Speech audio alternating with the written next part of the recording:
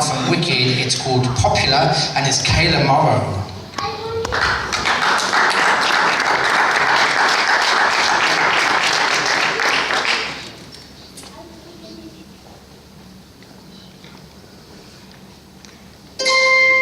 Whenever I see someone less fortunate than I, and let's face it, who isn't less fortunate than I, my tender heart tends to start to bleed.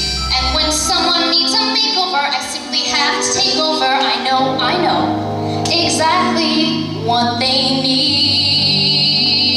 And even in your case, though it's the toughest case I've yet to face, don't worry, I'm determined to succeed.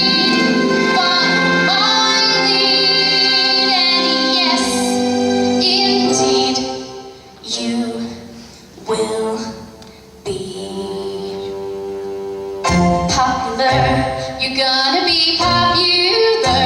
I'll teach you the proper points when you talk to boys, little ways to flirt with thumbs. I'll show you what shoes to wear, how to fix your hair, everything that really counts to be popular. I'll help you be popular. You hang with the right cohorts, you'll be good at sports, know the thing you've got to know. So let's start, cause you've got an awfully long way to go. Don't be offended by my brain analysis. Think of it as personality dialysis. Now that I've chosen to become a palisade or an advisor, there's nobody wiser. Not when it comes to popular. I know about popular, and with an assist from me to be who you'll be instead of dreary who you were or are. There's nothing that can stop you from becoming popular. Lar.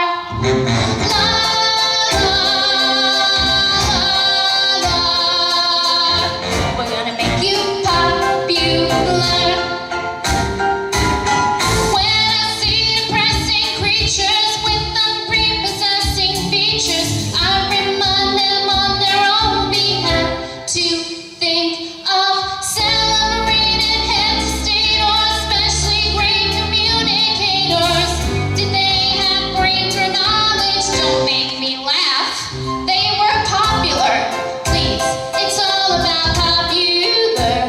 It's not about aptitude. It's the way you view. So it's very true to be very, very popular, like me. Why, Miss Alpha? You look beautiful. You're welcome. And though you protest your disinterest, I know clandestinely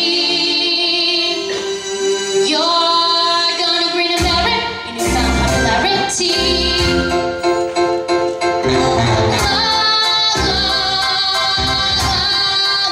You'll be popular, just not quite as popular as me.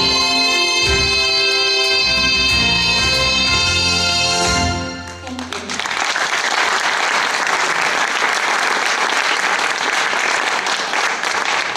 Well, I'll tell you what, you've got the people at back doing a bit of good old jig and dance, so it was really fun. Over to the judges.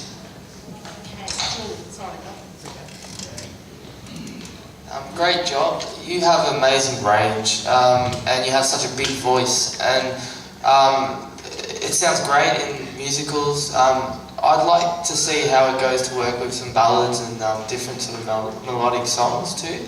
So, but yeah, you're great at what you do in your style, so well done. It's good.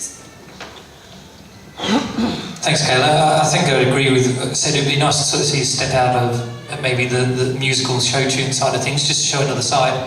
I think. Can I just say, the reason why I decided on doing musical theatre for competitions is because it's really the only chance I get to do it. Like, I know that it's good to see another genre, but the problem is for me is that I have been told all my life that I shouldn't do musical theatre because I'm not going to become famous or something, and it's not good, and I'm not good at it or whatever. So I always try and do it for everything I can do. So I understand what you mean, though. Yeah, I'm not certainly not having to go that way.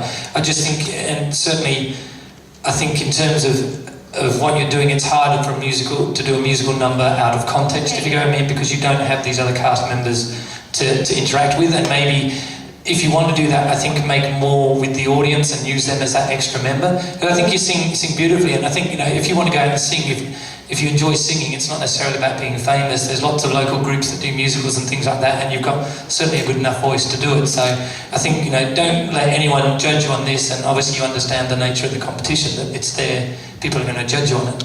But, you know, it's not all about being famous. If you want to get out and sing and do a musical, the only person stopping you is yourself, really.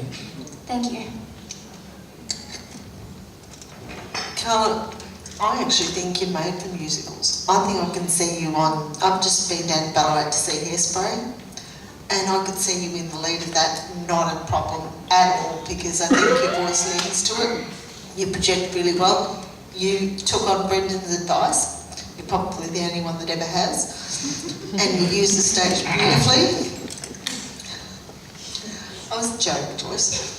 And I think that's your forte. You love it, you can tell. You draw the audience in. So keep on doing what you love best, and you praise that bar. Thank you. Thanks. Yes, I agree very much with what Eddie said, and that annoys me no end. And yeah, as Sophie said, you moved around, you acted the part, and you look more relaxed, and it's easier to relax, for us to relax and listen to and enjoy it.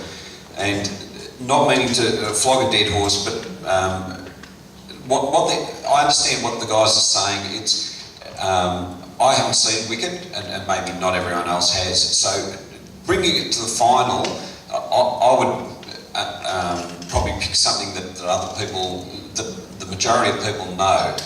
Do one Wicked song and maybe something else that more people can relate to. And as far as not being able to do that, as Eddie said, that there are plenty of drama groups and around and that sort of thing around where you are able to perform those sort of songs. And don't, as Eddie said, don't let anyone tell you that you can't do that and that that's your only opportunity to do that. You're still young. You've got all your life ahead of you to take your musical career wherever you want to.